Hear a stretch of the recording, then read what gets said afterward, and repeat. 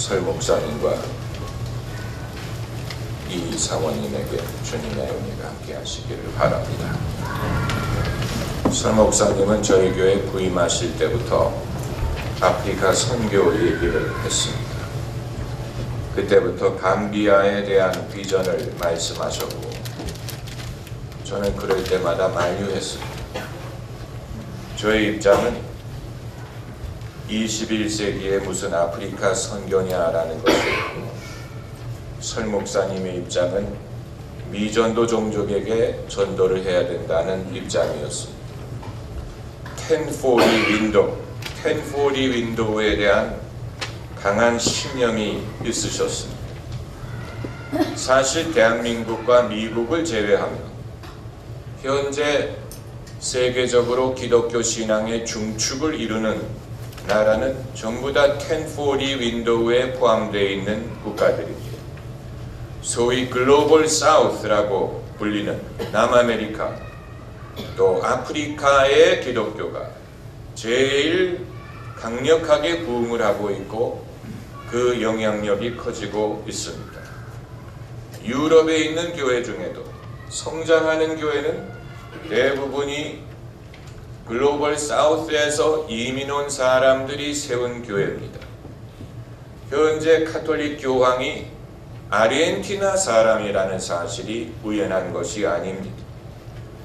우리는 아프리카에 대해서 막연히 생각을 해서 누가 아프리카 하면 정글이라든가 타잔을 생각하는 것 같은데 인도 사람들은 몇 세기 전부터 아프리카로 이주를 해서 건너가 살았기 때문에 아프리카에는 인도의 영향이 많고 인도인들이 많습니다. 또 유럽이 예로부터 아프리카를 식민지화했기 때문에 유럽인들은 아프리카의 문물에 익숙합니다. 아프리카의 많은 국가가 영어 또 네덜란드어 프랑스어를 쓰고 있는 것은 다 그런 이유입니다. 엘리자베스 2세가 언제 아버지가 승하했다는 소식을 들었냐면 아프리카를 방문하는 중에 아버지 킹 조지가 세상을 떠났다는 사실을 알게 돼서 엘리자베스 2세가 영국에 도착했을 때는 이미 여왕의 신분이었습니다. Last King of Scotland, 스코틀랜드라는 영화를 보면 스코틀랜드의 젊은 남자가 아프리카 우간다에 가서 이디 아민의 친구가 되고 이디 아민의 보좌관이 되는 줄거리를 담고 있습니다. Out of Africa, 얼마나 유명한 영화입니까? 이 영화에서는 메릴 스트립 그리고 로버트 레드포드가 아프리카를 배경으로 사랑을 나누는 줄거리를 담고 있습니다. 또 Gods Must Be Crazy, 그 영화 여러분 보셨을 것입니다.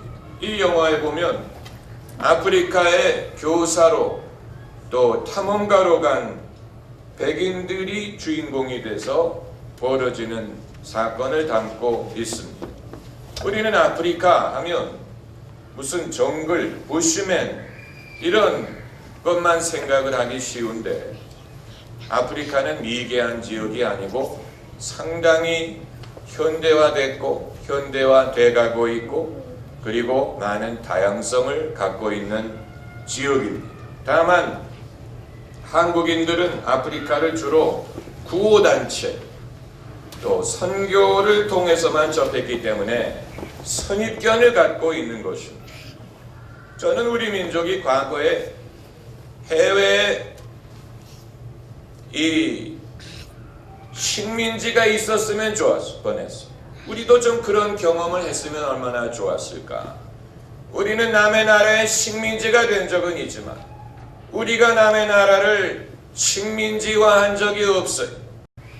우리는 예로부터 세상으로부터 좀 은둔의 삶을 살아왔습니다. 우리가 영국이라든 네덜란드라든 스페인처럼 세계 각처를 좀 다녀보고 탐험을 해보고 또 소위 정복을 해보고 거기로 이주를 해보고 그런 삶을 살았다면 얼마나 좀 더 진취적인 민족이 됐을까? 왜 우리는 20세기에 와서 비로소 세계화를 경험하고 비로소 세계 문물을 따라가게 되었을까? 아쉬운 부분이 하나둘이 아니에요.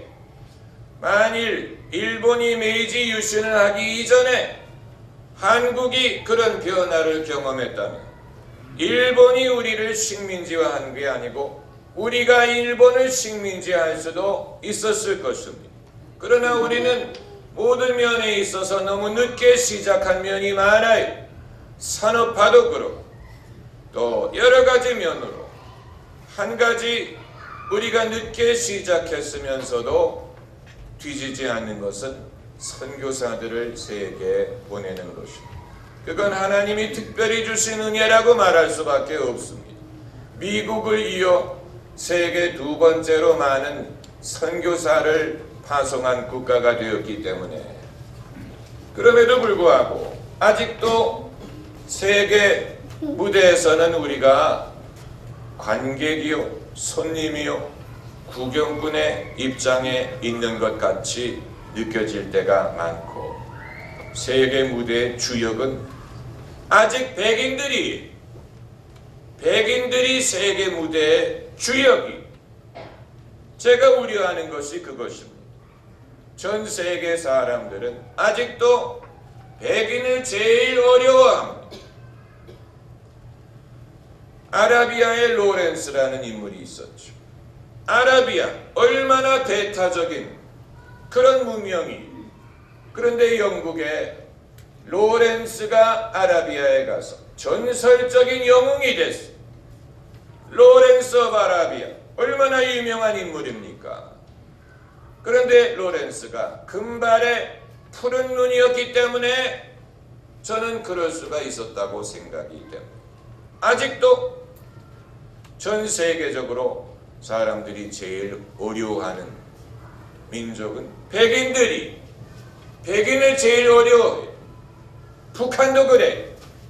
북한은 대한민국은 얕보는 것 같은데 제일 어려워하는 민족이 백인들이 북한에 들어가서 이런저런 구호를 하고 이런저런 사찰을 할 수 있는 이유는 백인 민족이기 때문에 그런 것입니다. 제가 더 우려하는 것은 우리 대한민국 민족도 백인을 제일 어려워하지 않을까 이런 생각을 합니다. 은근히 인종을 계급화해서 제일 위에 백인을 놓고 이런 식으로 생각을 하고 우리의 역할, 우리의 가능성을 낮게 여기는 것이 아닐까. 그렇죠? 이건 우리가 좀 더 멀리 내다보고 또 미래에 대해서 생각을 하지 않으면 대한민국이 앞으로 얼마나 노력을 하면 우리의 세계적인 위상과 역할이 달라질지 이 세대에 그렇게 될 것 같지 않아요. 대한민국은 K-팝, 손흥민, 또 삼성의 텔레폰, 그리고 선박 이런 면에 있어서는 두각을 나타내지만 우리의 정신세계와 우리의 내면의 가치와 우리가 믿고 향유하는 문화를 세계인과 함께 나누고 그들이 우리를 배우기 위해 찾아오고 소비하고 돈을 내서 한국인들의 책을 사서 읽고 한국의 대학에 와서 박사학위를 하고 한국에 와서 앞선 기술을 배워가고 한국에 와서 민주주의를 배워가고 한국에 와서 신학을 전공하고 박사 논문을 쓰고 이렇게 되는 날이 언제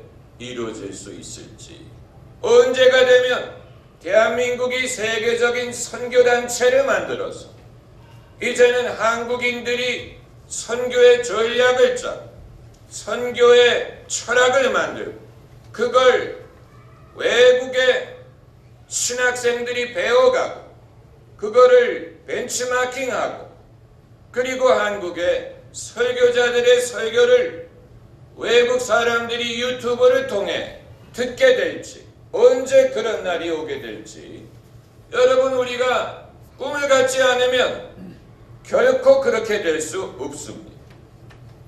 제가 몇 년 전에 터키에 비전 트립을 가서 터키에 사는 이란인 기독교인들을 만나지 않았습니까? 그들과 이제 이후에 인스타그램을 통해 팔로우를 하는데 제가 충격을 받은 것은 터키에 와서 신앙생활하는 이란인 기독교인이 대한민국에서 파송한 선교사님 교회를 다니지 않습니까? 그럼에도 인스타그램에 무엇을 올렸냐면 미국의 유명한 여자 부흥사인 조이스 마이어 목사의 설교를 듣는 장면을 올렸어요.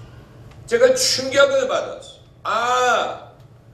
우리가 그렇게 선교사들을 보내고 지원을 하고 단기 비전 트리까지 다녀왔지만 결국 그들이 찾아 듣는 설교자는 미국인들이고 미국의 부흥사들이 미국뿐만이 아니고 전 세계를 제패했구나.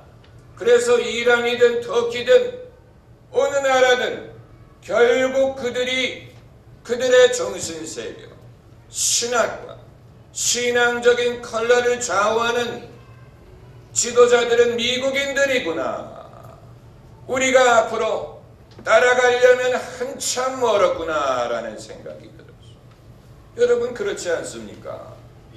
우리가 지원을 하고 선교사를 파송을 하고 애를 쓰는데 결국 그들이 유튜브를 통해서 듣는 목사님들은 미국인들이 미국의 유명한 부흥사 결국 세계가 넓은 것 같은데 세계는 그렇게 넓지 않아.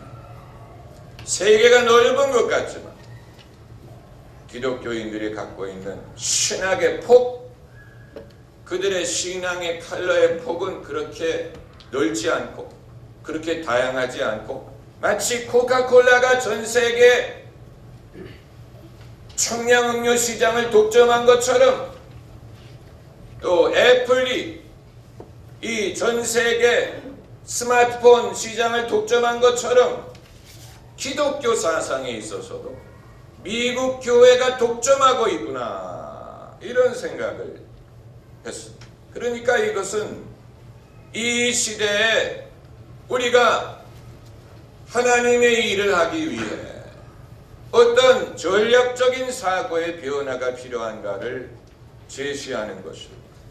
인력으로만 할 수 있다고 생각할 수 없습니다. 숫자로 할 수 있다고 생각할 수 없습니다. 어차피 현대 전쟁은 더 이상 군인의 숫자로 하지 않지 않습니까? 골프 전쟁 때 이라크 군대가 얼마나 많았어요. 그러나 군인의 많은 것은 의미가 없었죠. 첨단 무기를 동원한 미국과 연합군에 의해서 이라크는 그야말로 단기간에 괴멸되지 않았습니까? 그건 전쟁이지만 정신적인 세계도 마찬가지고 정신적인 세계, 정신적인 가치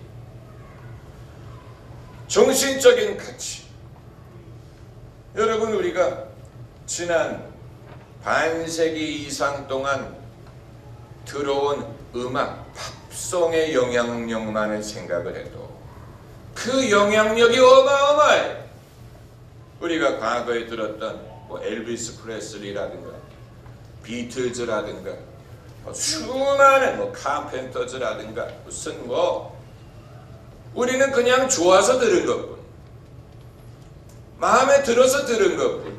그러나 그 영향으로 그 미국 또 서구 아티스트들의 정신적인 가치, 철학 이런 것을 우리 모두가 배우고 우리 모두가 그것을 마신 거예요.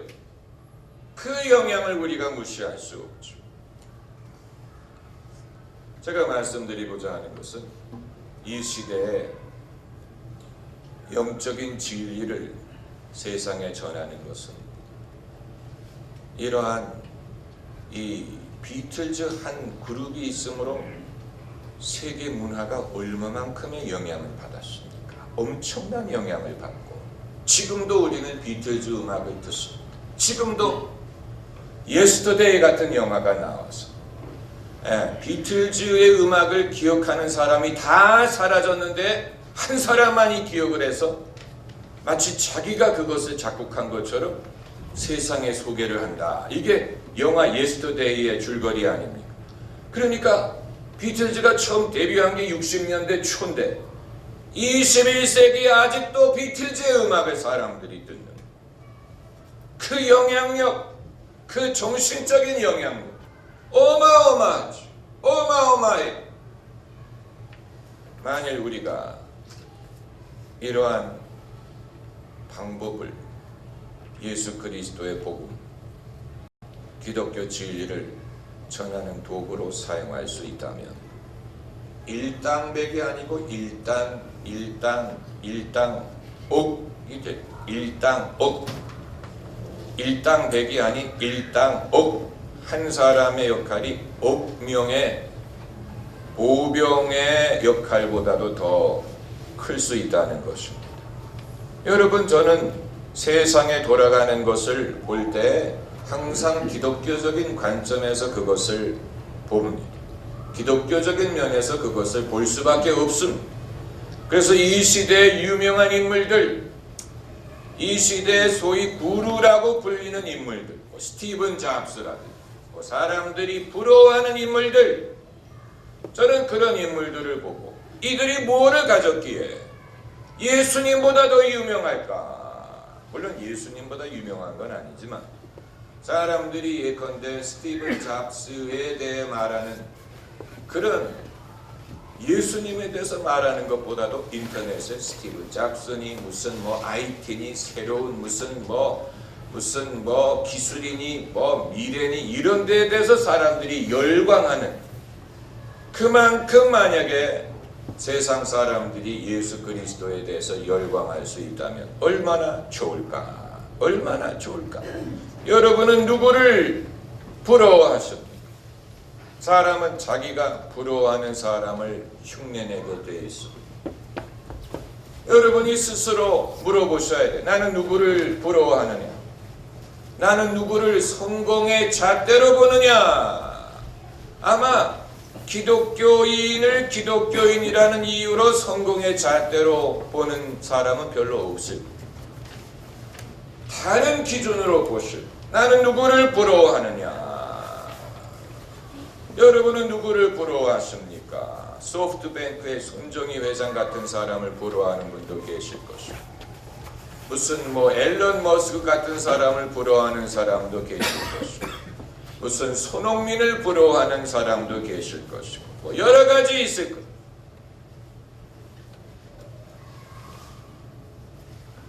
그러나 기독교인, 주의 종, 주의 일을 하는 사람 중에 우리가 부러워할 만한 사람이 있어야 우리도 그같이 될 수 있을 것입니다. 그것이 우리 삶의 비전이 되고 우리가 갈 길을 제시할 수 있을 것입니다.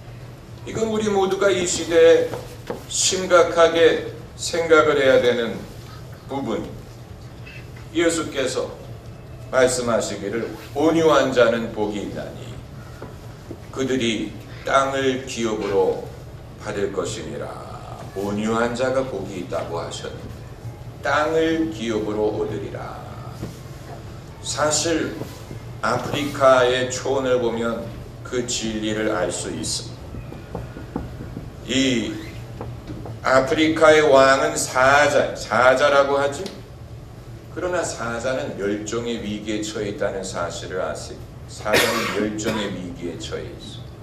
반대로 사자의 밥인 들소는 땅을 덮어요. 얼마나 숫자가 많은지. 들소가 강을 건너는 장면을 보면 그야말로 뭐 사방에 흙먼지가 나면서 수만 마리가 강을 건너. 장관이 이상하지 않습니까? 왕이라고 불리는 사자는 멸종의 위기, 사자의 밥인 들소나 무슨 얼룩말은 숫자가 엄청나요. 이게 이제 온유한 자의 복이, 온유한 자가 땅을 기업으로 얻는다. 결국 누가 애플이든 구글이든 무슨 마이크로소프트든 무슨 이런 그 글로벌한 자이언트들이 다스리는 이 시대에 정신적인 가치, 영적인 면에서 과연 누가 땅을 기업으로 얻을 수 있을 것이냐. 그건 하나님이 온유한 자를 사용하시리라고 봅니다. 온유한 자. 호주의 힐송 교회가 있죠. 유명한 코카콜라 수준이 힐송 교회가 유럽에 진출을 해서 여러 도시에 교회를 세우고 또 잡아먹을 것처럼 그렇게 기염을 토하는 것에 대해 네덜란드의 어느 신학자가 평가하는 논문을 읽은 적이 있는데, 힐송은 완전히 부흥은 우리로 말미암는다. 우리식으로 해야 부흥이 된다. 이런 마인드를 가지고 자기들의 방법을 심으려고 하는 것에 대해 현지의 대다수의 목회자들은 부정적이다라고 쓴 것을 봤습니다. 힐송이 그러니까 그들의 네임밸류 또 그들의 유명함을 브랜드화해서 우리식으로 해야 부흥이 된다. 우리식을 따라해라. 그거 이제 외국에도 강요를 하는 것인데, 여러분 그 방법이 현지 사람들에게는 별로 어필하지 않고 싫어한다는 사실, 이것이 우리에게 시사하는 것은 정말로 땅을 기업으로 얻을 사람들은 온유한 사람이다라는 거죠. 온유한 사람, 온유함. 누가 선교사가 되느냐? 선교사의 부르심이 있는 사람이 돼. 아주 기본적인 것입니다. 부르심, calling. 부르심을 제외하고는 아무것도 생각할 수가 없습니다. 저는 기존에 가라 아니면 보내라 라는 구호가 저는 그것이 진부하다고 봅니다. 가라 아니면 보내라. 얼마나 진부한 말입니다. 가는 것 아니면 보내기. 저는 21세기의 선교는 이런 양자 대결이 아니고 해외 선교는 사역이에요. 기독교 사역의 일부인데 그것이 국경을 넘는 것뿐이라고 봅니다. 기독교 사역의 일부. 다만 그것이 국경을 넘는 거예요. 야곱이 자기 아들 요셉을 축복할 때 너는 담장을 넘은 가지다 라고 말한 부분이 있죠. 담장을 넘은 가지다. 얼마나 큰 축복입니까? 그런데 기독교 사역, 하나님의 말씀에는 담장을 넘는 면이 있습니다. 당연히 국경을 넘습니다. 예수님이 이 땅에 계실 때도 국경을 넘었습니다. 이방인들이 찾아왔죠. 수르보니게 여인, 백부장이들, 이방인들이 찾아왔죠. 예수님께 돌아온 문둥병자도 이방인이었어요. 이미 예수님 사역 중에 말씀이 국경을 넘었어요. 그리고 예수님이 그것을 신신당부하셨어요. 제자들이 그것을 이해하는데 한참 시간이 걸렸지만 예수님은 원래부터 동서에서 많은 사람들이 와서 아브라함과 이삭과 야곱의 자리에 앉으리라 예언하셨어요. 네. 예수님이 칭찬하신 신앙인들은 다 이방인들이었어요. 백부장이라 수르보니게 내가 이스라엘에서 이만한 믿음을 만나본 적이 없다. 이미 그때 예수님은 당신의 사역이 국경을 넘을 것을 말씀하셨어요. 그러니까 선교라는 것은 20세기에 와서 비로소 활성화된 게 아니고 기독교 사역 자체에 그런 면모가 있어요. 그런 면이 있어요. 원래. 다만 해외 선교는 젊었을 때부터 준비를 해야 됩니다. 젊었을 때부터 소명을 갖고 어학 준비를 하고 문화적인 준비를 하고 다만 수명이 길어지지 않습니까? 수명이 길어졌어요. 앞으로 더 오래 살 겁니다. 수명이 길어지면서 제2의 인생을 선교지에서 시작하는 것이 가능해집니다. 점점 더 가능하리라고 봅니다. 제2의 인생. 제1의 인생은 돈 버는 인생이었다. 제2의 인생은 하나님을 섬기는. 네, 얼마든지 가능합니다. 그런데 그것도 역시 준비가 필요합니다. 어학을 준비해야 돼요. 제 처남의 처가 해외에 가서 살게 되는 애초부터 계획을 한 게 아니었어. 그런데 해외에 가서 살려고 하면서 본인이 뭐라고 말하냐면 나는 대학을 졸업하면 영어를 더 이상 안 해도 되는 줄 알아. 이제 와서 영어를 다시 해야 된다. 그러니까 여러분 공부하실 때 그렇게 열심히 배웠던 거를 놓치시면 안 돼요. 놓치시면 안 돼요. 하나님이 대한민국에 주신 엄청난 신앙의 열정을 우리가 외국인과 나누지 못하는 결정적인 이유 중에 하나가 언어의 장벽. 언어의 장벽만 없었다면 아까 말씀드린 그 이란인이 한국인의 설교를 들은 한국인의 설교를 들은 그러나 한국인이 영어로 설교를 하지 않기 때문에 결국은 미국인에게 가 미국인이 언어를 잘 선택을 해서 미국 것은 세계 것이 될 수가 있습니다. 미국에서 히트하면 세계적으로 히트할 수 있습니다. 미국의 베스트셀러는 세계적인 베스트셀러가 되는 게 가능합니다.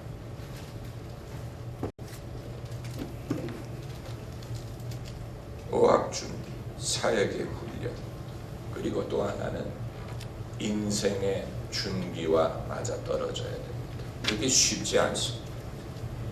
인생의 계획과 이게 맞아떨어져야 됩니다. 만약에 내가 누구를 병 구안을 해야 된다. 노령의 부모님이 살아계시다. 이러면 떠날 수가 없어요. 인생의 계획과 이것이 맞아야 됩니다. 젊었을 때 가는 것과 나이가 들어서 가는 것은 차이가 있죠. 여러분, 시대는 바뀌고 사람은 늙어가고 그럼에도 성령은 역사하십니다.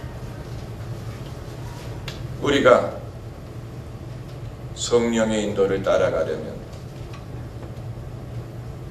끊임없이 우리의 생각이 젊어질 수밖에 없습니다. 가능성의 세계에 대해서 또 미래에 대해서 가능성에 대해서 성령이 인도하십니다. 설재현 목사님과 이해혜와 사모 온 가족이 성령에 붙들린 바 돼서 땅 끝까지 이르러 예수 그리스도의 복음을 전하시기를 바라고 건강이 받쳐줘야 돼요. 건강 위가 협조를 해야 돼요.